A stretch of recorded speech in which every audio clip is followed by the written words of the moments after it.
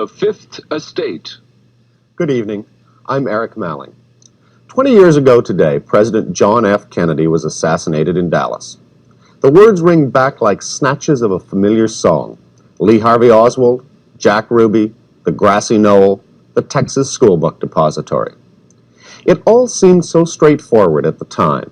A single gunman, 3 shots, a nation in mourning. And then one more shot, and Lee Harvey Oswald is dead. The secret of why he aimed his rifle is buried with him. The first official investigation concluded that Oswald acted entirely by himself, a lone, crazed gunman. But more recently, a congressional committee concluded that Oswald was part of a larger conspiracy. So the mystery, if anything, grows deeper. Tonight we'll be examining some of the clues and some of the evidence which may in time explain what really happened. Only one thing is certain. 80% of the American people now believe that they've been denied the whole truth. On a spit of land jutting into Boston Bay, the JFK Library. It conjures up the Kennedy presidency's image of gleam and glory. Within the walls are the private papers and White House tape recordings from the Kennedy administration. Most of the material is still secret. But one day, Kennedy's own words might yield the best clues to the mystery that persists about his death. What was he saying in private about Cuba or Vietnam? Who did he think was out to get him? In assassination, there's an ancient question. Cui bono? Who benefited from the murder? Those most skeptical about the official findings focus on 3 groups with motive, means, and opportunity. The mafia, the military, and the intelligence agencies. Kennedy was at odds with all of them. The president's brother, Robert Kennedy, then Attorney General, was haunted by the possibility of a conspiracy. Right after the murder, he called the director of the Central Intelligence Agency and asked bluntly whether any CIA people were part of it. Robert Kennedy also suspected the mafia, perhaps retaliating for the Kennedy brothers' relentless war on organized crime. When Robert Kennedy himself ran for the presidential nomination, he made clear he would have pursued the unanswered questions. Press Secretary Frank Mankiewicz. Out in California during the campaign in 1968, he was asked a question at a student meeting out in the San Fernando Valley if he were elected president, if he would order the files opened, and he said yes, he would. So that was an interesting answer. He knew what that question was about. A week after that answer, Robert Kennedy was himself murdered, and the files in the CIA, the Pentagon, and the FBI have for the most part remained closed. So the task of keeping the flame of an unofficial investigation flickering has been taken over by about 150 amateur sleuths across the U.S. and Canada. Some chase bizarre theories. Others, like these Washington lawyers, track the case through government files, using the Freedom of Information Act to pry loose clues. And I could determine whether they were or were not of value. Bernard Fensterwald is an independently wealthy Washington attorney who has filed more than 500 Freedom of Information Act suits on the assassinations. Canada and in the United States in the year 1963. Where do you get the determination to keep going as many years as you have? Well, I guess one of the reasons is I went to school with John Kennedy, and he was a friend of mine. And at the time of his death, I was a counsel to the Senate committee, and we mainly did investigations. And when I read the Warren report, I thought this thing is just phony from beginning to end. And then I read the 26 volumes of evidence and was more convinced that it was phony. And this whole matter of solving a thing like this is for people working on the same piece of the puzzle to cooperate. There are 3 or 4 people I work very closely with, and we never get a piece of information that we do not Xerox and pass it around, because occasionally our files get rifled, and we would not want a valuable piece of information to be in the files of just one person. Your files got rifled? Yes, they have been at times. By whom? Well, if we can answer that question, maybe we can answer a lot of others. Maybe it was a cleaning lady. Maybe you're just paranoid. Well, in one case, the glass door in the office wasn't in this particular office. It was smashed and the door was opened, and the several file cabinets had been gone through. You believe that somebody doesn't want you to find out what happened. Well, I know there are a lot of people who don't want us to find out the answer. When we have to show up at a hearing on a Freedom of Information case, there may be as many as 8 government lawyers there, which is just sort of absurd. And we spend hours and days and weeks in court trying to get documents that are 20 years old and relate to a lone nut killer. But all these are high national security matters. Friday morning, 11:37. The President's jet lands at the Dallas airport. Love Field. The warm welcome at Dallas's Love Field in the late morning of November 22nd masked the hatred many here felt for Kennedy. That morning, full-page newspaper ads accused him of treason. Oilmen felt threatened by his plan to sock them with higher taxes. The ultra-right-wing John Birch Society, which counted the mayor of Dallas among its open supporters, accused him of going soft on Cuba and selling out to the Russians. Anti-Castro Cubans seethed at his promise never to invade Cuba. In Miami 2 weeks before, a right-wing extremist was taped by a police informant. Joseph Miltier described how John Kennedy would be shot with a high-powered rifle from an office building window. He predicted that a patsy would be arrested soon after to throw everyone off the track. Miami police informed the president's Secret Service about the threat, but the field agents responsible for this motorcade were never told. As the limousine carrying the Kennedys, along with Texas Governor John Connally and his wife, made the fateful turn into Dealey Plaza, professionals saw unpardonable security lapses. Windows were open, and there were other obvious hideouts for gunmen which had not been sealed off. As the motorcade turned, shots came from the Texas School Book Depository, fired, as the Warren Commission found, by Lee Harvey Oswald. That official judgment on the assassination said Oswald was a nut who acted alone. But in front of the president's car is what has become known as the Grassy Knoll, a little hill with a picket fence behind it. Most of the people who were on the knoll that day dived for cover because they thought they heard shots from behind them. And if they're correct, more than one gunman was involved. Kennedy would have been killed in a crossfire, the result of an organized conspiracy. There's numerous people running up the hill alongside Elm Street, there by the Simmons Freeway. Several police officers are rushing up the hill at this time. We heard the first shot in the president. Korean War veteran William Newman was with his family on the knoll that day. I thought it scared him. And then as the car got directly in front of us, well, a gunshot apparently from behind us hit the president in the side of the temple, apparently back up on the mall. S.M. Holland was further along, on an overpass in front of the president's car. Well, I was standing right up against the banister on top of the triple underpass where you're looking right down their throat, you might say. And actually, I had my eye on the president's car.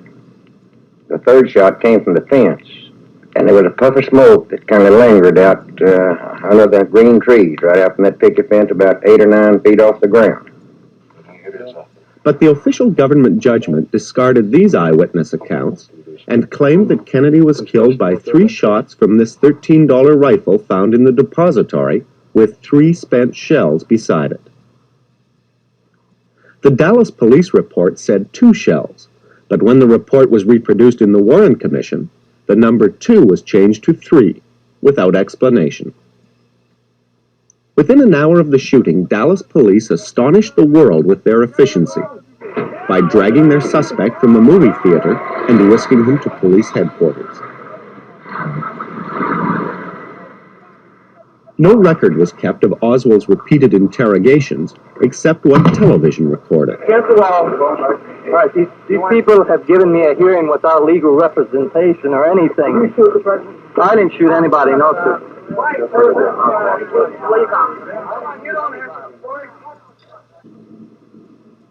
Then 2 days later, Oswald came down this elevator, surrounded by Dallas police, dozens of whom were chummy with a nightclub owner and small-time mobster named Jack Ruby.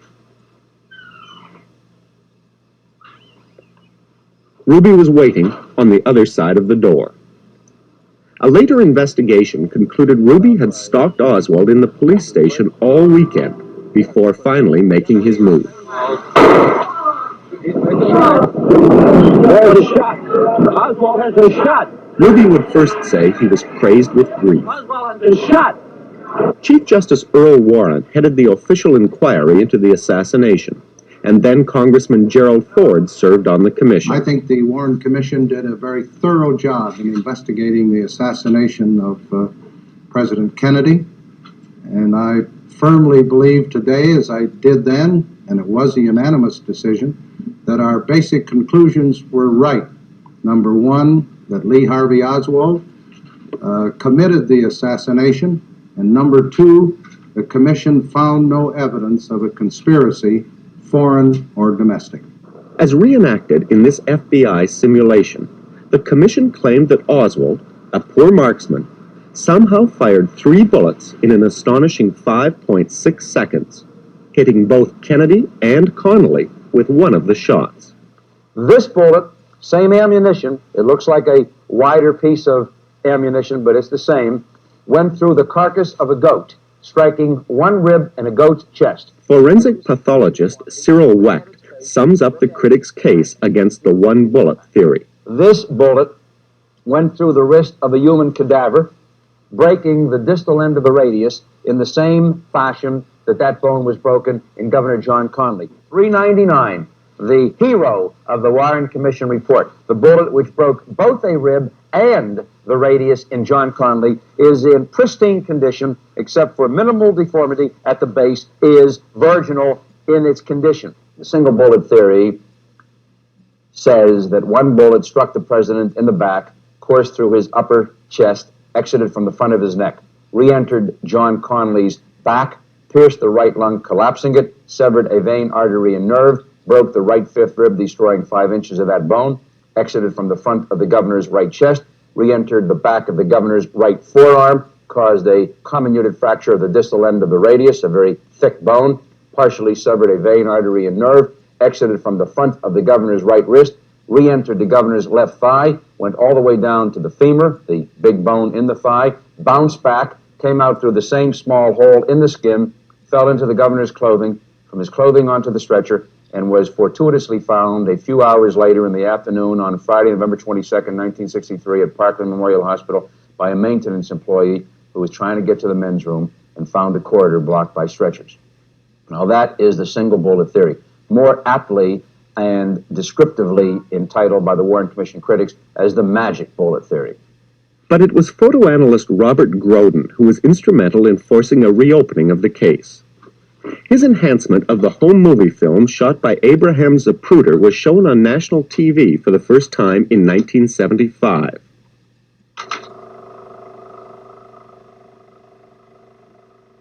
It showed Kennedy being blown backward by the fatal headshot. This pointed to a second gunman in front, and from that, a conspiracy.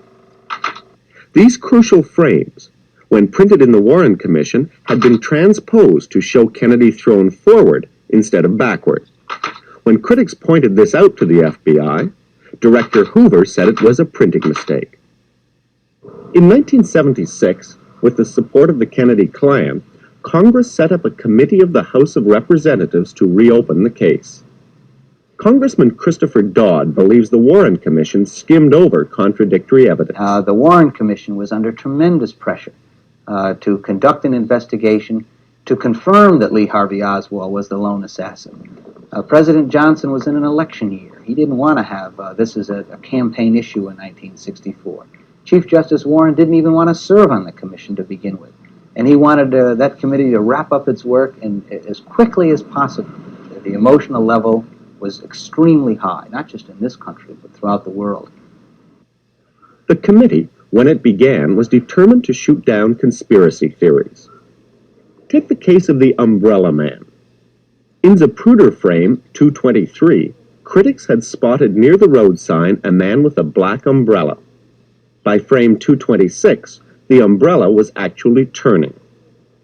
Convinced that a black umbrella unfurled under the hot Texas sun at the moment of the killing was sinister, One amateur detective even diagrammed how a poisoned dart could have been fired at Kennedy. So the House Assassinations Committee launched a search for the Umbrella Man. In September 1978, he came forward. An embarrassed Dallas businessman, Louis Stephen Witt, explained how he had used the umbrella to remind people of Chamberlain at Munich, a symbol of John Kennedy selling out. He said he didn't realize that for 18 years he had been the target of such intense theorizing. Was Cynthia Cooper of the committee staff. Maybe you ought to turn that way with it.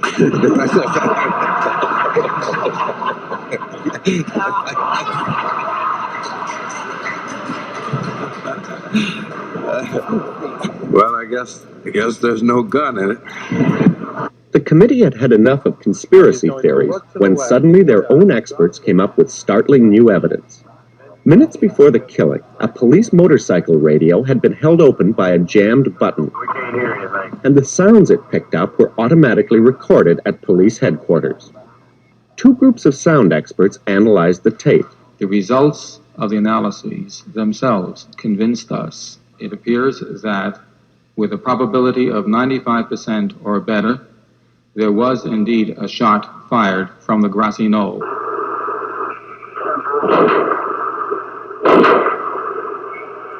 Robert Grodin synchronized the shooting sounds with the Zapruder film. The first shots now came too close together to have come from Oswald's gun alone. The last shots were almost simultaneous and echoed differently.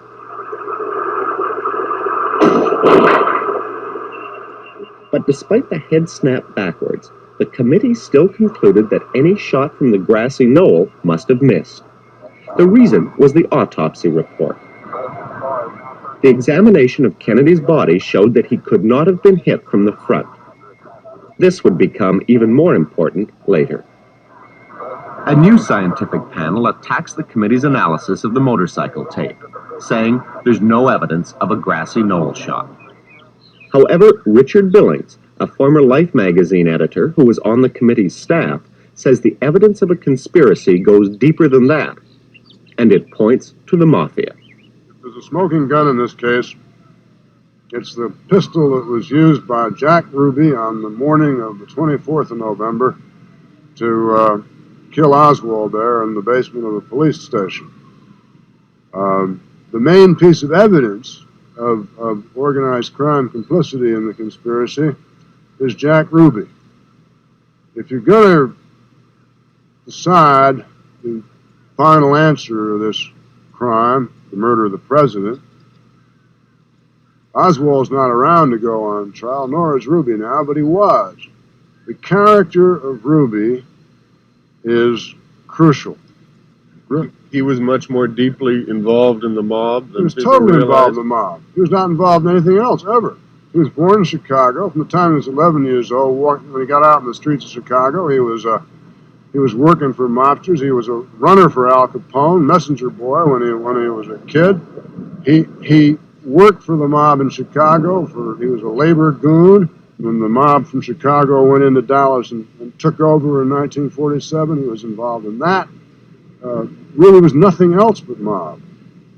See that hat start to move now. Shortly after the assassination, a New York mobster said the killing of Oswald bore all the marks of a mafia hit, the kind frequently ordered to silence a paid killer or a patsy after he has done his job. Even Ruby's style was gangland, approaching the victim quickly, jamming the gun into his stomach, and blasting away. While being taken back to his cell today, reporters tried to talk with Ruby. How's it going, Jack?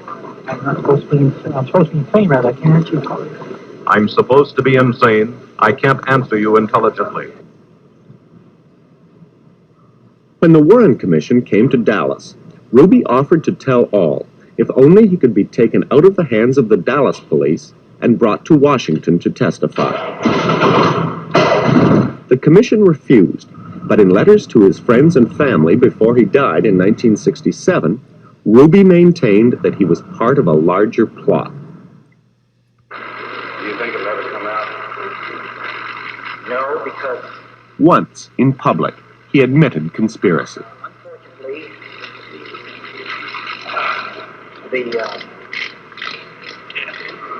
the people have had so much to gain and have such an ulterior motive for putting me in a position I'm in.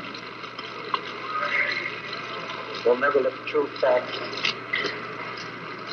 come above board to the world. Now, these people are in very high positions, Jack. Yes.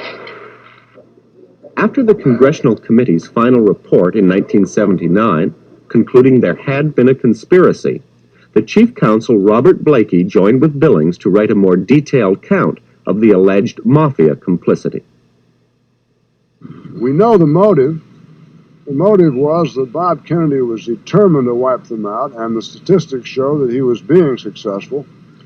And we know that... But then why not shoot Bobby Kennedy? Why do you shoot the president? Because it's told in New Orleans when the leading mafia figure there is asked, what are you going to do about the Attorney General? And the conversation gets around, well, you don't kill the Attorney General. You got to kill the president. And he tells this little parable about if a dog is biting you, you don't cut off his tail, you cut off his head. The idea being that if they shot the Attorney General, the president would have come after him with the Army, the Navy, the Marine Corps. So the way to stop the Attorney General, and they did effectively, the history shows, was to kill the president. Carlos Marcello, a syndicate chief in New Orleans, had been deported by Robert Kennedy. He made it back into the country, but a witness told the FBI Marcello had sworn later that not only would the head be cut off the dog, but a nut would be blamed for the crime. Teamster boss Jimmy Hoffa, hounded by Bobby Kennedy for his mafia ties, also was recorded by the FBI threatening the Kennedys. After the president was murdered, Bobby asked how Hoffa had taken the news. He was told of the jubilation at Teamster headquarters. Santos Trafficante. The Congressional Committee found that as head of the Havana underworld before Castro took power, Trafficante had links to one Jack Ruby. Alaman, do you solemnly swear the evidence you're about to give this... Jose Alaman, a Trafficante associate, testified about a conversation he had with the mafia leader shortly before the assassination. With his back guarded by U.S. Marshals, Alaman told the committee that Trafficante had cursed the way Kennedy was pursuing Hoffa. Well, he said, Jose, he's not going to be reelected. You don't understand me. He's going to be hit. President Kennedy was going to get hit. Did you ever make that statement? Sir, we've already... Trafficante denied the murderous prophecy. Later, a terrified Alaman said perhaps Trafficante meant Kennedy would be hit by votes. But despite his war on the mob, Jack Kennedy had as one of his most intimate associates a woman who shared her time with gangsters. Richard Billings, from the Congressional Committee. In fact, Jack Kennedy was corrupted by the mob. And this... How? He was corrupted during the election campaign. He was out in Las Vegas and was introduced by Frank Sinatra to Judith Campbell, a divorced, aspiring movie actress. They would meet in New York or Palm Beach or here in Washington, right here in the White House. And it was, their meetings were quick sexual encounters, and she'd take off. And probably unbeknownst to Kennedy while he was doing this, Judith Campbell was also a sometime girlfriend of Sam Giancana, who was probably one of the very top mafia leaders out of Chicago. I can, at this time, emphatically state that my relationship with Jack Kennedy was of a close personal nature and did not involve conspiratorial shenanigans of any kind. I originally met Jack Kennedy in early February 1960 in Las Vegas. We were introduced by a mutual friend. Judith Exner said her relationship with John Kennedy ended in 1962. She would not say why. She said they had met many times over a 2-year period, including meetings at the White House. Many times. What'd you do when you went there?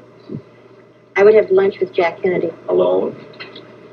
I won't go into this. Did you ever meet Mrs. Kennedy? No.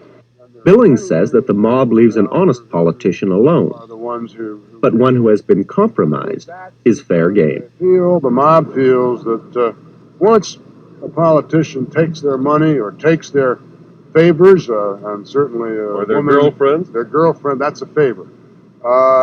He's kind of put himself on their level, and that makes him vulnerable. And I don't think this is facetious. I think this is really the way they thought.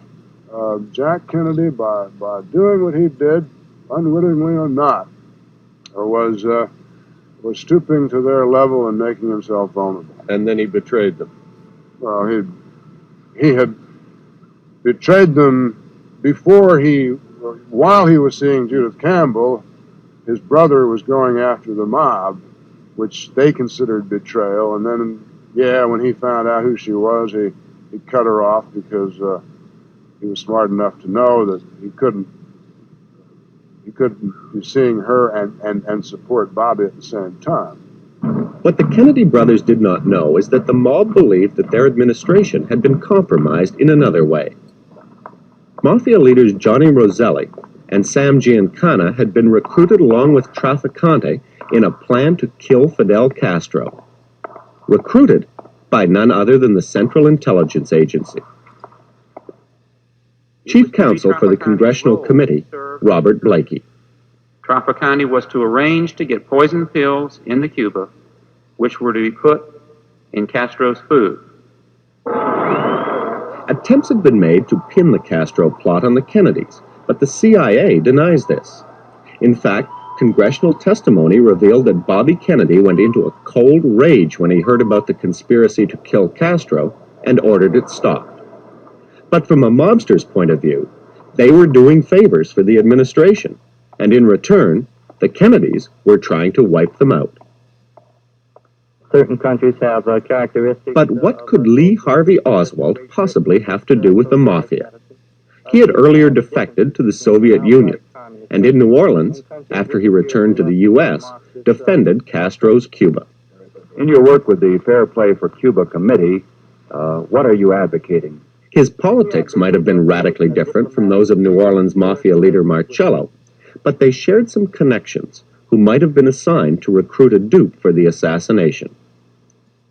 The Congressional Committee discovered that Marcello's private investigator, David Ferry, had known Oswald for years and was with him in the summer of 1963. Other associations uncovered. Charles Dutz Moret, a New Orleans bookie, was Oswald's uncle. He and Oswald's mother, Marguerite, were part of the crowd in which Marcello moved. Then there's Marcello associate Nofia Pecora. He bailed Oswald out of jail after a fight 3 months before the assassination. Pecora was in phone contact with Jack Ruby at about the same time. What we can conclude from this is that organized crime knew about Oswald, knew a lot about Oswald, and probably were in a position to select him as someone who might shoot the president and give them a way of carrying out a conspiracy and make it look like he was on his own. Strange friendships in New Orleans and an even murkier past in the American military. As a Marine, Oswald had served at a top-secret U-2 base at Atsugi, Japan. He suddenly left the Marine Corps and defected to the Soviet Union at about the same time naval intelligence was running a secret program to spy on the Soviets. Americans were encouraged to defect, marry a Russian, spend a few years in the Soviet Union, and then return to the U.S. The ease with which Oswald was allowed to return home has always raised questions about whom he was really working for. Let me take that. The military man who served as liaison with the CIA during those years is Colonel Fletcher Prouty. For instance, it was a function of my own office to pull the man's military records, duplicate them as civilian records, and then duplicate them again as CIA records. Any change in his career with respect to the CIA, we would correct those records. But if that brought about a change in his military records, we would change those. We called the process sheep dipping. We corrected all the records so that his life would continue wherever he was working. Now, in the case of Lee Harvey Oswald, he was in a unit, a Marine unit, which was tied up with the U-2 program with CIA activities. His relief from active duty, as you'll recall, is something that happened in a few hours one day. Well, I don't think that was a normal change. I think that was another one of these sheep dipping operations. I do request someone to come forward. Whatever the color of sheep Oswald really was, lawyer Bernard Fensterwald believes several government agencies knew a great deal about the man, and for whatever reason, perhaps to hide their own incompetence, are still keeping much about him secret. So somebody here knows. Somebody other than Oswald knows. I'm certain that they know. I think they knew within a matter of days of the murder what it was about. Why would they want to cover it up, though? I think each agency involved had its own reasons. I think you can imagine the consternation at CIA headquarters on the day of the murder when it came over the wire that they picked up Lee Harvey Oswald as a suspect, and they punched the button on their computer, and a stack of paper about this hound on Lee Harvey Oswald comes buzzing out.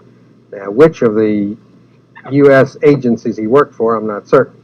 I suspect it was Naval Intelligence, and they conveniently burned all of their files. While we could not be expected to hide our sympathies, we made it repeatedly clear that the armed forces of this country would not intervene in any way. The intelligence agencies were up to their necks in the disastrous Bay of Pigs invasion of Cuba, sponsored by the CIA in 1961. Kennedy's handling of the debacle enraged many American military leaders who thought the president had cold feet. I have decided in the last 24 hours to discuss briefly at this time the recent events in Cuba. Then when Khrushchev planted missiles in Cuba, Kennedy had a showdown with both the Soviet leader and his own military. The Joint Chiefs of Staff wanted a Grenada-style invasion of Cuba, but Kennedy opted for a naval blockade instead. Khrushchev wrote in his memoirs that the president made clear to him that he feared his own American military would turn on him if he backed off in any way. As the world went to the brink of nuclear war, the chairman of the Joint Chiefs of Staff recommended to Kennedy that Cuba be bombed. General Maxwell Taylor still stands by that position. So the chiefs recommended an attack on all the missiles without warning. So we could get those that were still there and really give a jolt to Khrushchev. Historian Arthur Schlesinger was a Kennedy aide. He describes the U.S. military reaction when the Russians backed down. Some of them were quite disappointed when Khrushchev and the peaceful settlement came about. And it was in the course of this situation that Kennedy remarked rather bitterly and understandably, he said, it's perfectly all right for the generals to give us this kind of advice. None of us will be around if we take it. I think that anybody who looks at the fatality list on atomic weapons and realizes that the communists have a completely twisted view of the United States and that we don't comprehend them, that should make life in the 60s as it is.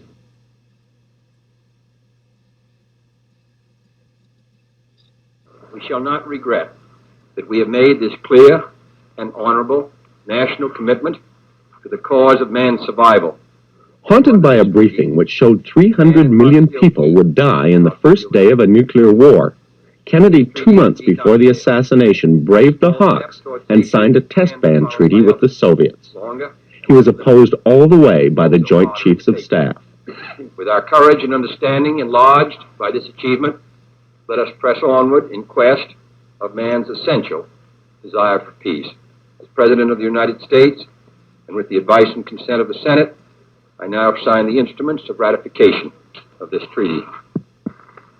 Those who feared Kennedy was soft on communism were also worried about his overtures to Castro through the president's personal emissary, William Atwood. Atwood's peace feelers had gone out just before the assassination, and Kennedy had been watching closely. That was the week before the president went to Dallas, and so I was to see him right after the Dallas trip. And of course, as we know, he never came back from Dallas.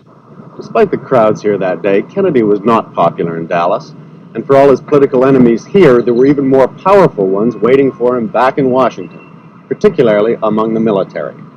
He had pulled 800 American military advisors out of Laos and was preparing to do the same thing in Vietnam. When the House Assassinations Committee was set up, Congressman invited Peter Dale Scott to be a consultant. The former Canadian diplomat, now a professor in San Francisco, had become a leading critic of the Warren Commission. Scott studied the Pentagon Papers for clues on how Vietnam might be linked to the assassination. I think you're still holding for me volumes 3, 9, and 17 of the Dallas Police Department file. This wasn't a street crime to be solved by the Dallas police. This was a political crime with political consequences. Even in the sphere of foreign politics, where we've been told that there was no shift of policy between Kennedy and Johnson, in some areas that just wasn't true. President Kennedy in the last 6 months of '63 was moving towards détente both in Cuba and in Vietnam, and in both areas his peace initiatives were frustrated by his assassination. In the case of Vietnam, he had announced publicly on November 20th, 1963, just 2 days before his death, that there would be a withdrawal of U.S. troops from Vietnam. 1,000 troops is the first stage of a major withdrawal. And I was horrified to learn that 2 days after his death, on November 24th, this first step towards disengagement in Vietnam was secretly canceled by the new Johnson administration. Colonel Prouty, former CIA liaison. There were all kinds of pressures. If you analyze that year, 1963, you can see that there were major forces in combat with each other at that period. There was a lot of power that differed with the policies of President Kennedy. 7 Days in May is a book Jack Kennedy wanted made into a movie. He even had his press secretary call director John Frankenheimer to ask him to do it. The president took the extraordinary step of giving the White House over to Frankenheimer for use as a set. The story is about a military coup in the United States, and the villain is the chairman of the Joint Chiefs of Staff, played by Burt Lancaster. The confrontation is with the president over a treaty banning nuclear arms. I know you think I'm a weak sister, General. But when it comes to my oath of office, defending the Constitution of the United States... Somebody has to teach me how to salute a flag. Somebody has to teach you about the democratic processes that flag represents. But don't you presume to take on that job, Mr. President. Because frankly, you're not qualified. Your course of action in the past year has bordered on criminal negligence. This treaty with the Russians is a violation of any concept of security. You're not a weak sister, Mr. President. You're a criminally weak sister. Arthur Schlesinger says Kennedy wanted the movie made as a lesson to the country. He never saw it. He made the trip through Dealey Plaza before it was released. Despite indications that Kennedy was killed in a crossfire there, what many courts regard as the crucial clue told a different story. The best evidence in any murder case is the body. And from the examination of Kennedy's wounds at the autopsy, it appeared clear that he had been killed by a single shot fired from the Texas School Book Depository. But then one critic asked the unthinkable question: had somebody tampered with the body? The doctors who tried to save Kennedy at Parkland Memorial Hospital in Dallas gave a briefing to reporters after he was pronounced dead. They said he'd been shot from the front, but the report of the autopsy, done back in Washington 12 hours later, apparently showed a different set of wounds. This apparent discrepancy in the description of the wounds was discovered by author David Lifton. In Dallas, the bullet came from the front. In Bethesda, from behind. Looking for answers, Lifton found a report from 2 FBI agents who were at the autopsy in Bethesda. From the doctor's commentary, the agents wrote that it was also apparent that a tracheotomy had been performed, as well as surgery of the head area, namely in the top of the skull. The Dallas doctors had indeed performed a tracheotomy, but they had performed no surgery of the head. After the president was pronounced dead here at Parkland Memorial Hospital, his body was wrapped in a white sheet and placed in a $4,000 bronze ceremonial casket for the trip back to Washington. Yet, according to 3 witnesses who were sworn to secrecy under threat of court-martial, What arrived at Bethesda Naval Hospital in Washington was decidedly different. Dennis David was on duty at Bethesda when the body arrived. And we offloaded a casket, and it was carried into the autopsy room. This casket is a plain gray box, if you will, metal box. Anybody who's ever been in Vietnam would know what I'm talking about. We shipped hundreds of bodies out of there in the same type of casket. It's just a plain shipping casket. It was a very plain casket, and when I say... Retired police officer Paul O'Connor was a medical technician in the autopsy room in Bethesda. There was nothing fancy about it as far as being bronze. It wasn't bronze. After the special secrecy order was lifted in 1978, David Lifton tracked down the people who had helped transport the president's body. Donald Rebentesh, now in Grand Rapids, Michigan, was a naval officer on duty that night. He unloaded what he was told was Kennedy's coffin from a black hearse at the back of Bethesda. These are pictures of the coffin, the pictures we all saw that night. There's the coffin being loaded in Dallas. Was that the coffin that you brought into Bethesda Hospital? No, it definitely wasn't that coffin. It wasn't the bronze coffin, and it wasn't the gray Navy ambulance shown here, says Rebentesh. But perhaps there's a simple explanation. The ambulance and coffin out front might have been decoys for security purposes. But if so, that was hidden from the Warren Commission, the House Committee, and even the FBI. The FBI filed a very detailed report about how two agents went out to meet the plane and follow the ambulance containing the casket, which they believe contains the body. And their report is very detailed, and they describe how they followed the Navy ambulance, which, as far as the FBI is concerned, had the body of President Kennedy. So the representatives of the Justice Department certainly knew of no security measures. And I interviewed President Kennedy's senior military aide, General Chester Clifton, and he emphatically stated there were no decoys used. So it's not only something that's been overlooked, it's something that's been denied. Absolutely. So if it did happen... It's not a matter of record. And what conclusion does that lead you to? Well, my own conclusion, based on the sequence of events, is that the body was in the casket that Don Rebentesh saw offloaded, and that others saw offloaded there, and that the casket that was accompanied by Jacqueline Kennedy and Robert Kennedy was empty. At the end of this hall at Bethesda Hospital, the autopsy began. The president's body had left Dallas lying on a sheet, but when the cheap metal casket was opened, that's not what medical technician Paul O'Connor found. We opened the whole casket up, and there was a gray body bag, zipped shut. We unzipped the body bag, and the president's body was lifted out of the body bag. It's completely naked except for a sheet wrapped around his head, a bloody sheet. Aubrey Reich, now a Texas police sergeant, closed the coffin in Dallas. A body bag. You didn't use a body bag for the president?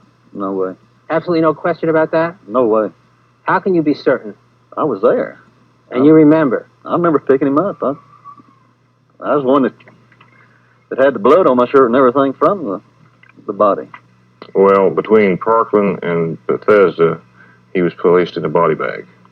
Everybody remembers where they were on November 22nd, and everybody has what the psychologist Maslow calls a peak experience about that day. And there are people whose peak experience had to do with looking at the wounds, or, as in the case of medical technician Paul O'Connor, opening the casket which had the body and finding the body in a body bag. And Don Rebentesh's recollection has to do with the business of the body arriving, or the casket arriving, or a casket arriving in a black unmarked hearse. And I think it's critical because I think this kind of recollection is powerful. I think it's reliable, and it's not a matter of... and they're all innocent enough things that the individuals don't put together themselves as being in any way unusual. That's very important to know, that the people who know about two caskets do not know that anything is particularly wrong with that, because they're told that night, or here it's a security measure, and you cannot overemphasize the fact that the military often has decoys. 2 ambulances, 2 caskets, different wrappings on the body, and security measures unknown to the FBI and the president's chief military aide. But if people did have access to the body, what did they do? In Dallas, the doctors reported that most of Kennedy's brain was still in place. But Paul O'Connor describes the scene at Bethesda as they removed the president from the body bag and unwrapped the sheet from around his head. We got the last part of the sheet off. There was just a gasp through the room, and I looked down and I said to myself, my God, there's no brain. It's all gone. The man in the white coat was the X-ray technician that night in Bethesda. His name is Gerald Custer, and he's now an X-ray technician in Pittsburgh. I could fit both of my hands right inside the skull cavity. And like I had mentioned, that I brought my hands back, and there were still little pieces of brain cells that I had to take off my hands, and there was still blood on it. Author David Lifton told O'Connor of the final autopsy report on an almost complete brain. Well, I don't know where they got it from. It surely wasn't the president's. Consider the pattern of contradictions. The body left Dallas with a small head wound, about 35 square centimeters, and arrived in Bethesda with a wound 4 times as large, almost 170 square centimeters. The body left Dallas with a brain, and according to these witnesses, arrived at Bethesda without a brain. The body left Dallas wrapped in sheets, and arrived at Bethesda in a zippered body bag. The body left Dallas in a ceremonial casket, and arrived at Bethesda in a cheap shipping casket. There's a tension between the irrefutable and the inconceivable. I mean, you don't alter a body. You don't mess with dead people, dead bodies, and certainly not a president's body. And on the other hand, there's evidence of all these different activities occurring. Lifton's thesis: between the Dallas shooting and the Bethesda autopsy 6 hours later, President Kennedy's body was secretly removed from the casket. It was then surgically changed. Wounds were altered, bullets were removed. The body was returned in time for the autopsy, returned as a medical forgery, which told a false story of the shooting. If it was planned, it's an awfully dicey plan that you were going to steal the body out from under the nose of the widow. Well, this brings us to another area. It's my personal belief, and there's lots of material I did not publish, that this was not the way it was supposed to happen, that the body was never supposed to be stolen on Air Force One. It was never supposed to be altered on the East Coast, that something else was planned and that something went wrong. And we're looking at a rather bungled scenario here. Otherwise, these witnesses wouldn't exist. Lifton speculates that in Washington, while all the attention was focused on the left rear door of the plane, the body was actually taken out the front door on the other side and put aboard the helicopter flapping in the background. It took off almost immediately. Half an hour after landing in Washington, Lifton says the wounds could have been altered to show that the fatal shot could only have come from Oswald's gun. I have postulated that the body may have been brought to Walter Reed Army Medical Center, and there would be about 30 minutes with the body. And then they could have whisked it on to Bethesda farther down the road. That's correct. Yeah. Could you do that work on the body, which you allege, in 30 minutes? Oh, absolutely. Yeah, absolutely. I mean, from the standpoint of the evidence, it's very sloppily done. I mean, someone simply removed the brain and enlarged some wound. There'd be time to do that. What about the hideous ideas that it might have been an inside job, even going so far as altering the body to cover it up? I don't buy them. Richard Billings from the House Committee. I don't think that I think it's hideous, as you say. It's hard to believe that there were members of the government who would undertake such a thing. But more than that, that may sound naive, but when I see those theories written out and I study them and analyze them, I find them impossible to believe. The switching of the body. The switching of the body depends on someone creating a wound in the back of the head, with a wound that appears to be a gunshot wound. Well, we, as I said before, some of the very best forensic pathologists advising us, and I've talked to the chief one of those, a fellow named Mike Bodden in New York, and he gave me convincing reasons to believe that wound in the back of the president's head could only have been created by a bullet. And that sort of, to me, blows up that theory, and I think these outlandish theories do nothing more than take your eye off the ball. How do you dismiss, in that particular theory, the witnesses who say the coffins were different? That's his evidence. I can only say they must have been mistaken. I know. I was there. I saw it. There's no doubt in my mind. Now, what their reasons for not saying this now, I don't know. I can't crawl inside their head to find out. But I know that there were 2 caskets. And I know that the first casket we offloaded that we later were told was the one with Kennedy was a shipping casket. It was not the formal casket that you showed me in these pictures earlier. Why people persist, that's what I don't understand. Why can't they bring this stuff out? Why can't they make it public to the people and let the people see it? Why they have to hide it? I don't understand it. Even 20 years later, I don't understand it.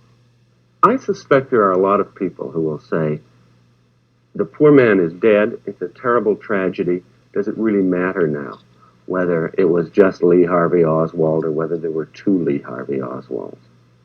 Well, I think it matters a lot because if the president was removed from office as a result of a quirk of fate, we're dealing with a situation that sometimes happens in life. We lose a loved one, whatever. But if in this particular case there was a plan to remove Kennedy from office, then it's a political event.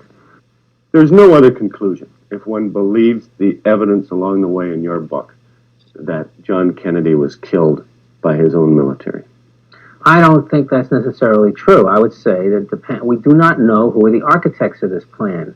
It could be people in the military, it could be people in the intelligence community, but the point is, at some point, some group of people had to sit down at a table and say, Jack's a nice guy, but he's got to go. How are we going to do this as painless as possible for the country? If there was a conspiracy, a lot of people would have to know. What I find inconceivable is that somebody would not have talked. Well, it seems to me that without the forces of prosecution, without someone directing an investigation at this question, there is not going to be people coming forward. No one has any reason to come forward because there's no self-preservation involved and no one's going to confess to a crime. Lawyer Bernard Fensterwald, the Kennedy classmate. If there was any kind of a conspiracy, surely in 20 years somebody would have talked. There is a great deal of pretty irrefutable evidence that people who appear to be on the brink of talking never lived to do so. Now, I know there's a lot of speculation and loose thought, but there have also been a lot of murders, and a lot of them you cannot blame on suicide or accident or anything else. For example, the number 3 man in the FBI, a man named William Sullivan, who was in charge of this case for the FBI, got crosswise some way and got retired early. And he was under subpoena by the House Assassinations Committee. And a few days before he was to appear, he walked out on his back porch and was shot through the head by a deer hunter. Within a matter of weeks, a man by the name of George de Mohrenschildt, who was one of the key witnesses under subpoena, either was killed or blew his own brains out in Palm Beach, Florida. 2 mafia people who were under subpoena both came to an unfortunate end. All of this while they were all under subpoena by the House of Representatives. Well, nobody's looked into those cases. There are coincidences, Well, but 4 key witnesses before a congressional committee getting murdered before they can testify strikes me as more than a coincidence. Maybe you better not get too close. I don't think there's any problem there because all of the information we have is shared with others. Why, beyond it being a mystery that interests all of us, obviously, why do you believe this has to be pursued? I think that the standing of the American government vis-a-vis the American people has suffered very badly because of this case. 80% of the public to this day still think that the government's lying about this. And I think that that causes a great deal of insecurity, lack of faith in the government. I think things that can be straightened out. But I think we're going to have to solve this and maybe other cases before that happens. You're in the murky field of intelligence here. I mean, everywhere you look, you run into intelligence. And there's a great distrust in this country of the intelligence agencies. And I think a lot of it stems from this case. Official Washington has not entirely abandoned the investigation. The politicians no longer pursue it because it's an endless vortex. It swallows them up and gets no votes. But officials in the Justice Department are still poking around, trying either to prove or to discredit the House Committee's skeptical findings 4 years ago. As for new leads, David Lifton's are probably worth at least asking questions about, but no one in authority has ever contacted him.